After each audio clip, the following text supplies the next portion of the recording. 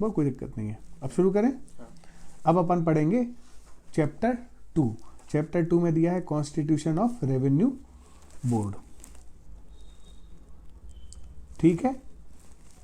अब constitution of revenue board में अपन पढ़ेंगे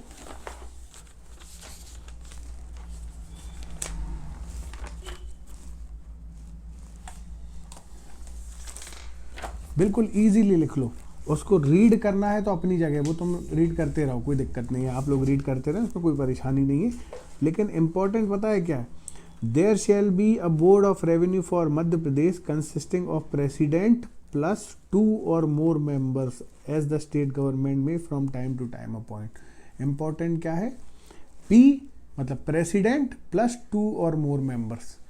ये प्री में क्वेश्चन पूछा जाता है कि बेसिकली जो बोर्ड ऑफ रेवेन्यू होगी उसमें कितने लोग होंगे, तो एक प्रेसिडेंट होगा प्लस 2 और मोर पर्सन्स होंगे। कोई दिक्कत? बढ़िया, आगे बढ़ सकते हैं। हाँ, अब आ जाओ सीधे सेक्शन 4 पे। अब इनकी सेक्शंस भी याद रखनी है, ठीक है। सेक्शन 3 में कॉन्स्टिट्यूशन ऑफ रेवेन्यू बोर्ड दिया है।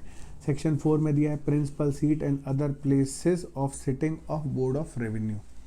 ठीक है ना। तो यहाँ पे अमूमन उससे यही क्वेश्चन आता है कि भैया जो प्रिंसिपल सीट है आपकी रेवेन्यू बोर्ड की वो कहाँ पर है? वो ग्वालियर में। ठीक है।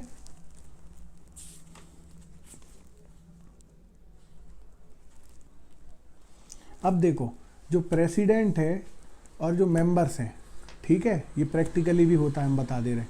जो प्रेसिडेंट होता है और जो मेंबर्स ऑफ बोर्ड होते हैं वो क्या कर सकते हैं, जब प्रेसिडेंट की कंसल्टेशन के बाद, ठीक है ना, मतलब प्रेसिडेंट ऑफ बोर्ड जैसा नोटिफाई कर ले, consultation with president of board जैसा बोल दे। प्रेसिडेंट ऑफ बोर्ड अगर ये बोल देता है कि नहीं यहाँ पे आपकी प्रिंसिपल सीट लगेगी, तो आपकी वो प्रिंसिपल सीट लग सकती है, कोई दिक्कत नहीं है। मतलब ज़रूरी नहीं है कि हर व्यक्ति को ग्वालियर जाना पड़ेगा।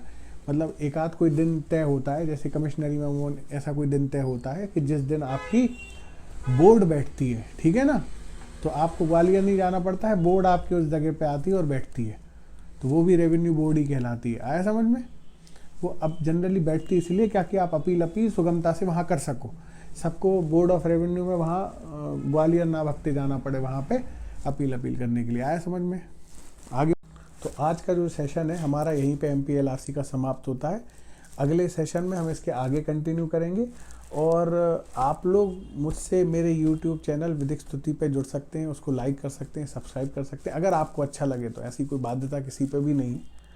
एक चीज़, दूसरी चीज़, मेरा एक इंस्टाग्राम हैंडल भी है ऋषि_मिश्रा25 करके, तो आप उस पर भी मुझसे जुड़ सकते हैं। और कोई फीडबैक अगर आप देना चाहते हैं कि जो मुझे करना चाहिए ठीक, तो आप वो भी कमेंट बॉक्स में लिख सकते हैं। Thank you so much. Thank you.